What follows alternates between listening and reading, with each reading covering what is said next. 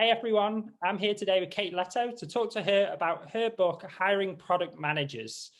So I had the pleasure of working with Kate, and what I really like about her approach is her combination of really great product knowledge, but also combining that with her coaching skills. And what I particularly liked about her book is the focus on human skills and the importance of focusing on those to help you become a great product leader and build a great product organization. So, hey, Kate, how are you doing today? I'm great. Thanks, Toby. It's really great to be here. No, it's great to talk to you. And it's, like I said, I had a really good time working with you and learning from you about your approach to product management. And I think a lot of books focus on, I guess, the how of product management. But what I really like with your book is it combines the kind of people side of it and those human skills that I think are often not talked about enough, but Yeah. are incredibly important when leading as a product manager and building an organization that delivers great products. Yeah. Yeah. Same here. I think it's this great yin and yang of, the technical side and the human side. And if we can get it in balance, like, can you imagine the great things that can happen? Yeah, exactly. So, can you maybe share with the audience, I guess, the three big ideas from your book, Hiring Product Managers? Sure. I'll be really honest. It was interesting. It was an interesting exercise to think about what are the three takeaways. So that was a good thing to sit down and do. So I think the three main takeaways is that, well, number one is when I think about product management, I've been involved in the product management world for way over 20 years now. But I have gotten to a point where I really see it as a practice, right? It's not just a career, really. It's something that kind of like practicing law or practicing medicine, we're not exactly sure what the outcome of our work's going to be, right? So believe it or not, when we're going to the doctor's office or when we're working with an attorney or a solicitor on something, they're practicing the application of like methods that they know, skills and techniques, and in some cases, case law or whatever it might be, but they're not quite sure. There's no guaranteed outcome of that. And I find it's the same with product management. We're working on, in many cases, technologies that are brand new. We're not exactly sure how people are going to respond to them. So we pull from our virtual toolkit of, tools and structures and frameworks and all this other stuff. And we experiment. And sometimes it works out and sometimes it doesn't. So I think the number one takeaway from my book is product management is very much a practice, right? And as I mentioned before, in my mind, there's two sides to this practice. There's what you do, which I call in my book technical skills. And this is all the tools and the frameworks and the structures that us product people know and love, like building a roadmap or using OKRs or A/B testing or multivariate testing or customer interviews or design sprints, discovery phases, all of these great things that are just essential to doing product management and doing it well. But then on the other side is how you do that work. And this is where I talk about human skills. And it's things like, our resilience as product people, our influencing skills, our communication skills, collaboration, leadership skills, our self awareness that empowers a lot of this stuff. And empathy as well. It's really interesting. I have actually running right now on LinkedIn and Twitter a poll, and I'm asking folks what they think is the number one human skill, the most essential human skill in building great products. And right now, the bulk of people are going for empathy. That empathy is really key. But when I think about empathy as a human skill, it's not just how we um, forming kind of empathy for our customers, but it's for our teammates and the people we're working with as well. Anyway, I could go on and on. But so I'd say that's really kind of one of the main takeaways from the book is product management is a practice, and that practice is made up of technical skills, which is what we do, and human skills, which is how we do it. The second takeaway is often when I'm working with organizations, there's a desire for some kind of change within the product organization, right? Otherwise, I wouldn't be there, and that could be a change in how a team works or how a leader is thinking and working, or how the product is being built and described. It could be a million different things. But often the knee-jerk reaction to create that change is hiring, right? So instead of trying to figure out what's going on internally, we look outside for a new skill set or a new kind of experience to bring in. And when we do kind of jump to hiring, we often hire, our instincts are hiring for those technical skills, right? We want somebody with like a specific background or familiarity with a specific kind of technology, something like that. Or maybe a specific pedigree, right? They went to a certain school, studied a certain thing, they know a certain group of people, that type of thing. But I think in doing that, we don't consider the human skill side of things, right?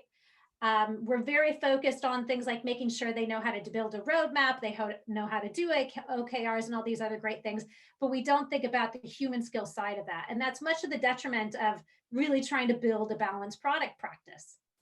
And I'd say the last main takeaway is that if you do try to hire for human skills, which is completely possible, in order to do that, you need to have them yourself, right? So you can't see it in somebody else unless you have it in yourself. So in my mind, in this wacky way, hiring is actually an opportunity for self-growth, self-growth and discovery as well. And that's what I write about and talk about in the book. So those are my top three.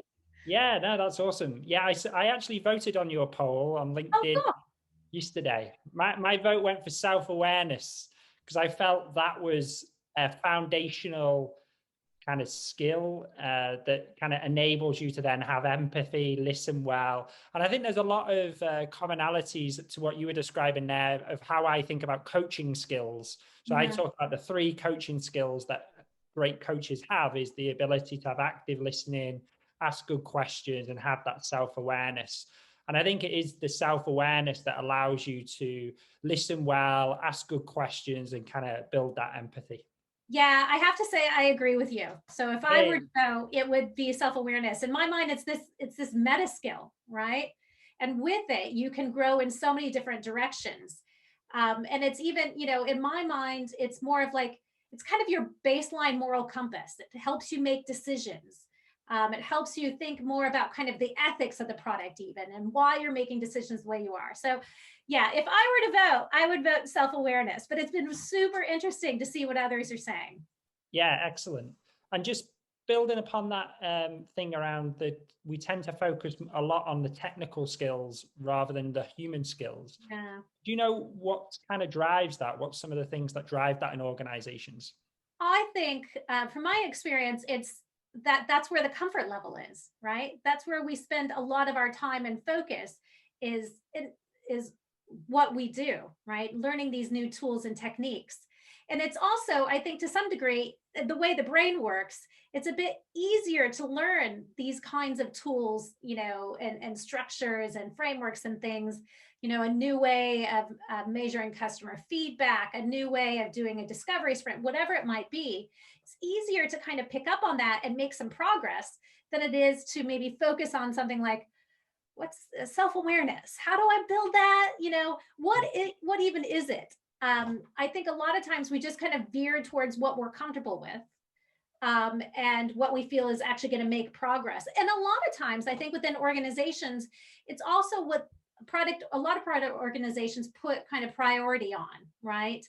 I'm seeing some organizations more and more these days focusing on certain values or a certain mindset or certain human skills even, and describing them that way. But for the large part of them, they're focused on, can you do these 5 skills, right? And if so, we should consider moving you up to the next level.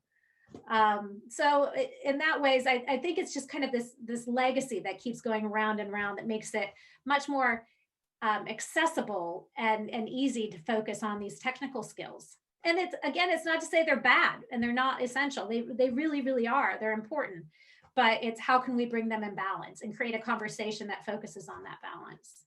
Yeah, that's excellent. But I also do believe that by developing these human skills, they also enable you to develop those technical skills too, by being more self-aware, being able to understand where your comfort zone, where your edges are, and be able to embrace those is really, really important, I think. And you've shared a lot recently about imposter syndrome, which is a big part of that holds people back often in their development of their technical skills. It's maybe because of some confidence or their kind of imposter syndrome that's holding them back from that development. Yeah, no, I think that's a really good point, is that, with something like self-awareness, we'd have a better understanding of, okay, maybe I am making a decision because I want it to be a certain way versus what's best for the user or the company or something like that. Or we'd understand when we're comfortable um, working in times of like conflict, that comes up in teams all the time. It just gives the human skills do power you to improve in these different technical skills.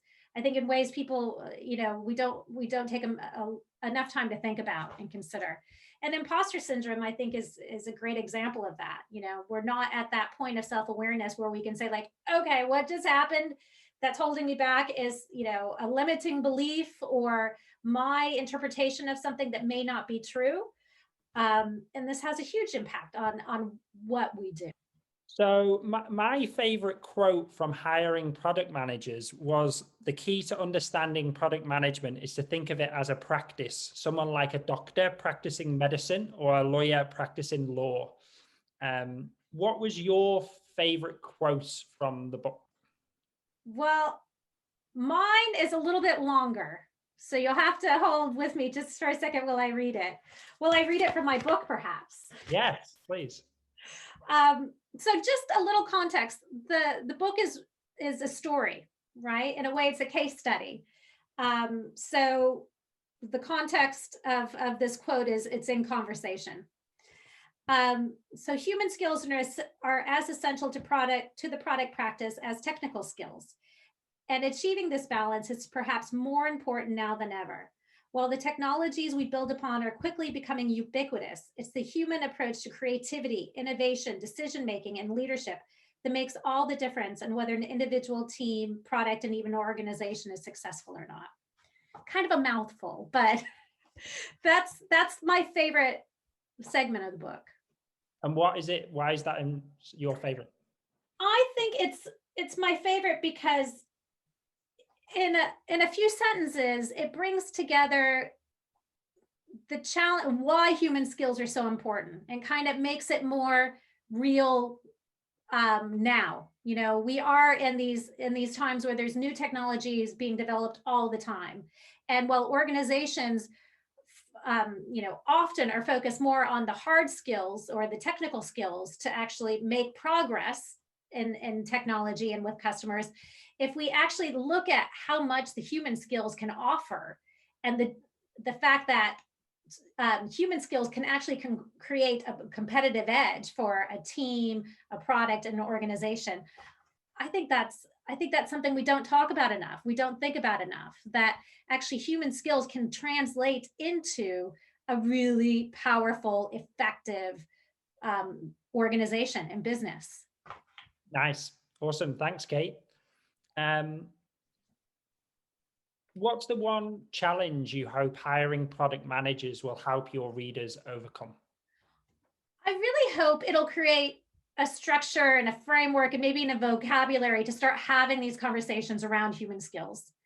When I wrote it, one of my main goals was just to elevate the topic, right?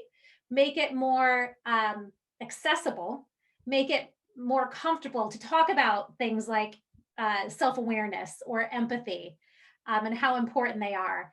And actually, in the book, I give some exercises that you can do along as you're reading to build your own human skills. So I'm hoping that I've made it easy enough for people to see why human skills are important, what they really are, how they're related to product, and then how you can focus on growing your own self-awareness, your own leadership skills, because they can be just like any technical skill. You can grow your self-awareness, you can grow your resilience, your conflict management skills. All of that is possible. So that's what I'm hoping people will take away from it. So I'm with Kate Leto, author of Hiring Product Managers.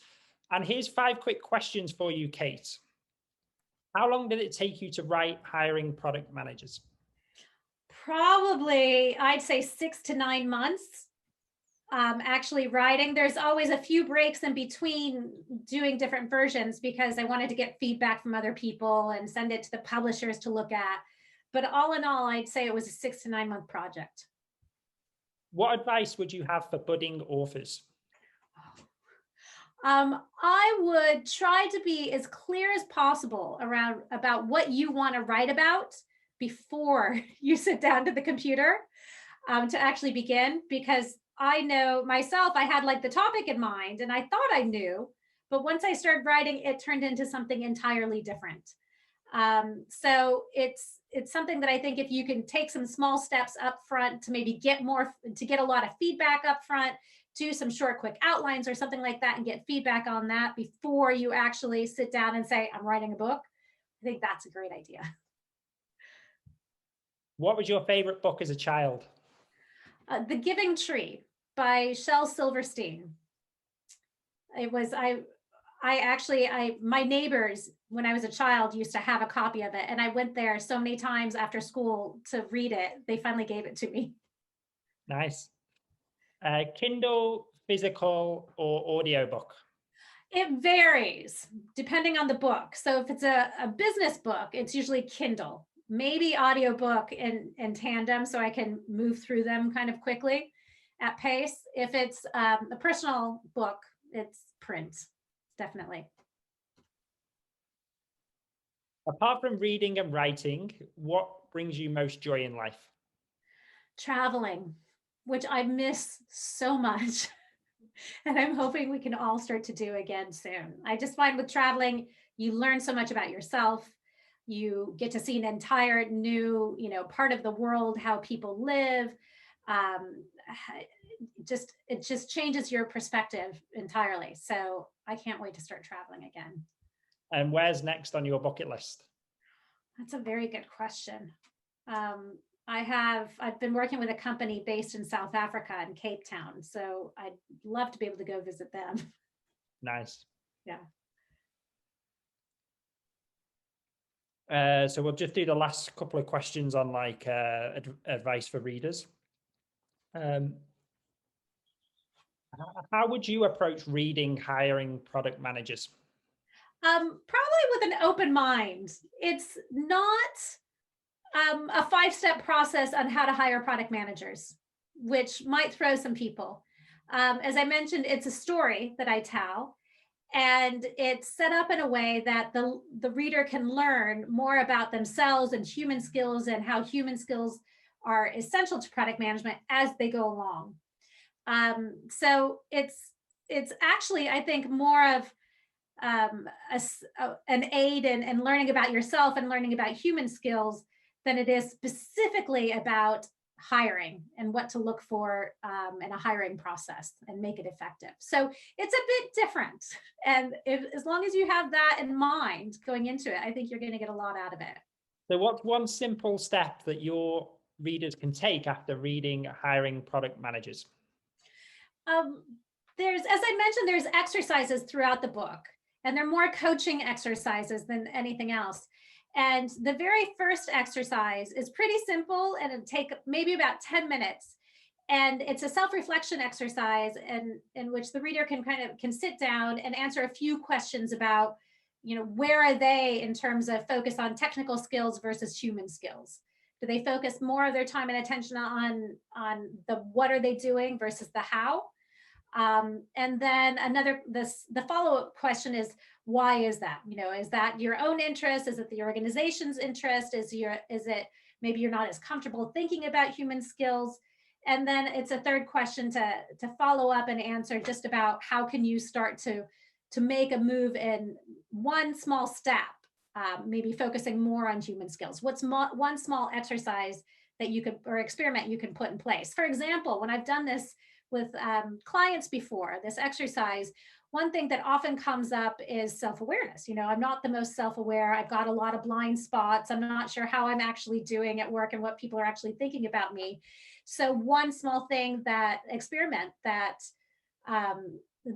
participants take on is they'll agree to do something like ask 3 people on their team for feedback in the next week. Just something small to start to kind of break down that black hole around self-awareness and feedback. So I'd say that's a good exercise to start with. Nice. That's brilliant, Kate. Thank you. One of the exercises that I've actually used from the book is the role canvas. So that's been super helpful to understand a little bit more about why we might be hiring, who we might be looking for. So the role canvas has been really helpful. Could you share a little bit more about the role canvas and how people could use it? Yeah, definitely. So the role canvas is the goal of it initially was to help teams align on what they're looking for when they say they want to hire for a new role.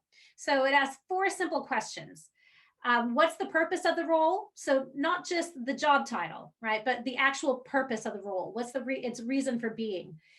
What's the role accountable for? So that could be the goals or the outcomes that the role will be working towards. And then what are the human skills and the technical skills that will be essential for this role to have in order to achieve their accountabilities? So I use that often with teams to help bring alignment, like I said, on what are they actually looking for. And having that conversation as a group, even in a virtual workshop, is super helpful, because instead of having one person kind of sitting in a corner or in their own home office these days writing up a job description what they think this role should be, it's the group coming to that realization together.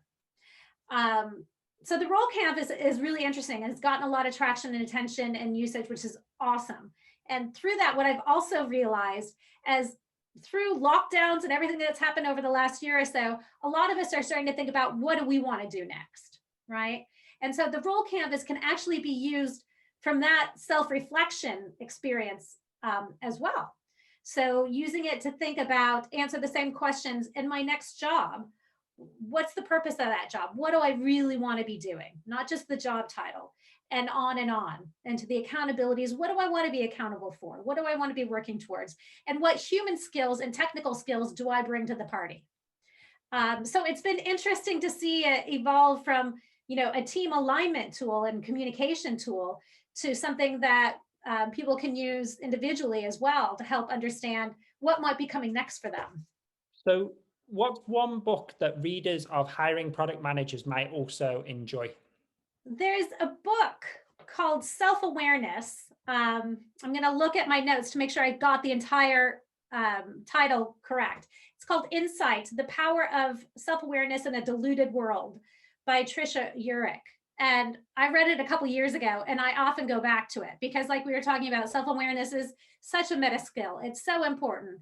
And what I really enjoyed about the book is it approached it from a business perspective. It brought it into self-awareness, why it's so important, the outcome it can create in an organization, even down to kind of the bottom line, how it can be impacted if the organization is more self-aware. So I highly recommend that book. Nice, awesome. And we'll just do a wrap up and then I think we'll be done, yeah? What I'll probably end with is just thanking you, and then I'll ask you where people can kind of connect with you. And I guess, does that work for you? Yep, that's cool. So thanks, Kate, for being a guest today. I'd highly recommend checking out Hiring Product Managers. It's a really great book. And as you've seen today, a lot of great insights about how you can develop those really crucial human skills.